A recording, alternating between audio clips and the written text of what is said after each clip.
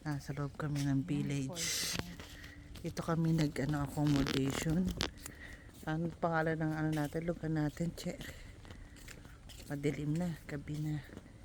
Yan, yan oh. Kita.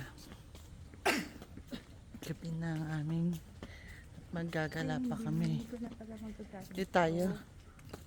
Alin, bakit? Pera. Nino? Alin? Ito.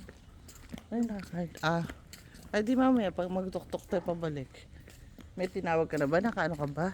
Ayan, on the road, driver's maybe type. Baka tapos si pa rin tumanggap. Hindi naman siya. Hindi ko alam. Ay, may aso.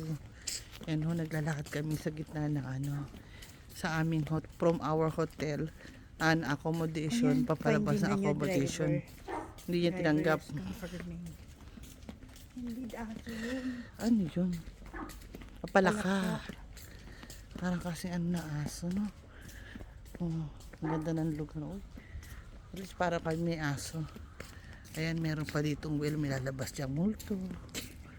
Ang ganda, no? May mga ilaw-ilaw pa. Parang wala masyadong na. Red, tayo lang, wala na. Ha? Baka nag-uwian na iba. Oo, kanina, Weekend lang daming siguro. red pa. Daming red pa. At weekend. Madidindi, may mga music pa kami dito. Hindi naman ito mag-confirm. Walang gusto mag-confirm.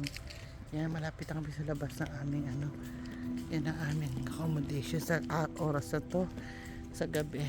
Ba't gumagalaw yung puno? Wala Ha? na puno. Ako kang tatakot. Meron doon yung music eh. Kaya nauutot ko. Nagbigay na ako ng hangin at hindi ka matakot. Ang bihira. May aircon. Hindi kasi yung music nga nag-ano. May aircon. O may cooler. Dapat nilipat nila tayo dito lang sa bukod. Okay naman na. Yan. Lakad-lakad lang sa gabi. May yens pa. May spa pa dyan.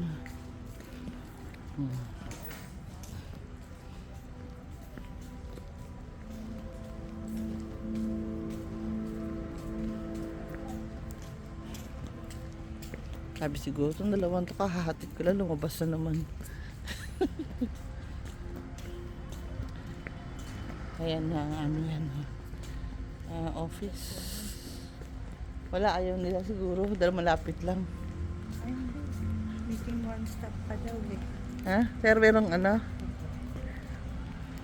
oh, dito tayo sa labas na. Yan, dito na kami sa labas ng aming accommodation. Yan siya. Ha?